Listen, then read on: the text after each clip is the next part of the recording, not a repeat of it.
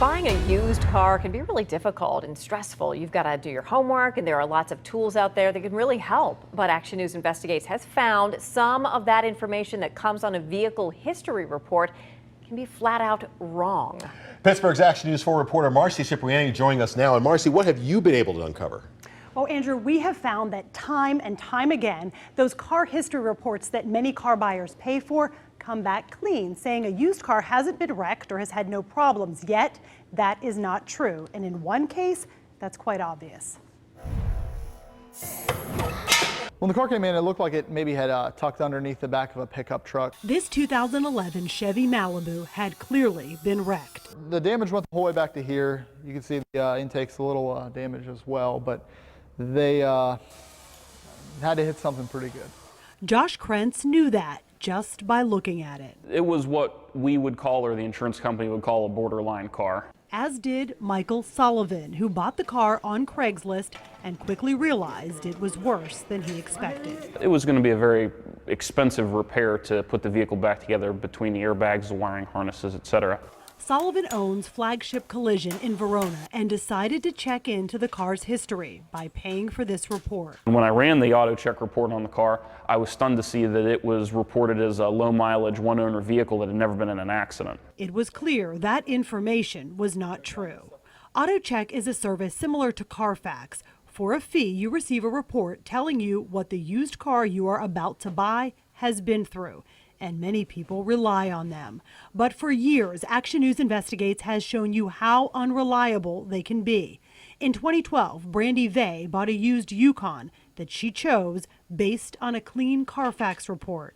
I mean, I think it's a bold-faced lie. They're on TV saying follow the Carfax, and it's a lie.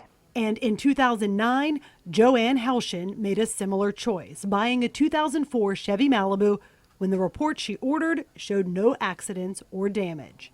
They found 5 holes in the trunk and the water had come into the car, and I flipped the back seat over and found black mold growing underneath the back seat of the car. And now this report is also inaccurate. In this case, though, those who bought the 2011 Malibu could easily see that it was wrecked. The damage was obvious, and Sullivan and Krentz are professionals in the business of car repairs.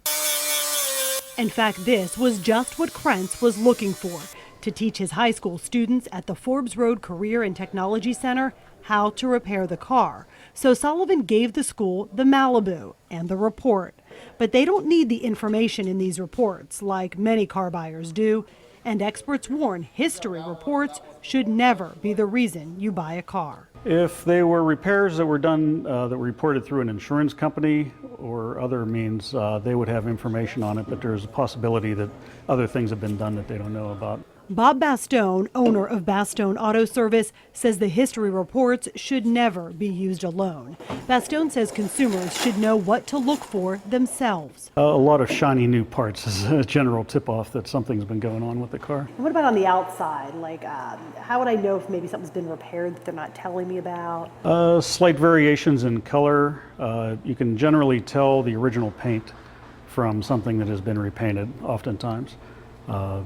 And that's a general sign that something's been fixed on it. Carfax and AutoCheck make it clear in their report that they may not have all the information, but they could have some you can use. In this case, the AutoCheck report reveals that this Malibu was a fleet, rental, or lease car, and that, experts say, should be a red flag for buyers. Rental fleets don't report to Carfax or AutoCheck. None of the rental car companies report their accidents because they handle all of their insurance in-house.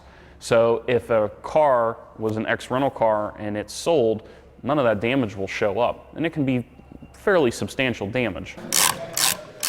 For these students, the damage is a lesson in repairs and helping others. This car will be donated to a needy family as part of the school's Recycled Rides program.